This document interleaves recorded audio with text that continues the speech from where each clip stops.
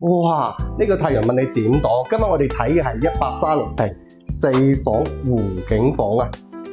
呢個光景你哋又中唔中意呢？全屋裝修唔到半年啊，業主間唔中先返嚟瞓1-2晚，所以裝修保養程度可想而知啦。全屋裝修啊，業主用咗40個，公共區域啊都係瓷磚上牆嘅，所以到時好好打理。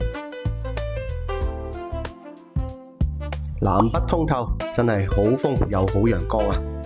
飯廳嘅餐邊櫃以及門口嘅鞋櫃已經全部打好晒，做得唔錯嘅喎。廚房你見到嘅嘢都係做好噶啦，到時都配埋俾你。呢間入門口嘅小房，呢個單位係4房戶型，你都有眼睇到啦。全屋嘅家具家電基本一應俱全，真係可以話拎個包就即刻入住啊！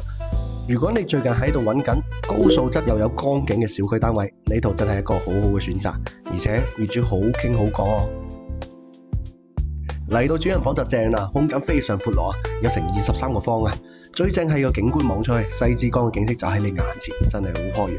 至於儲物空間，你完全唔使擔心，床尾一排衣櫃啊，仲有一個獨立嘅衣帽間。我話你知啊，就算女主人再多衫啊，都絕對夠位放。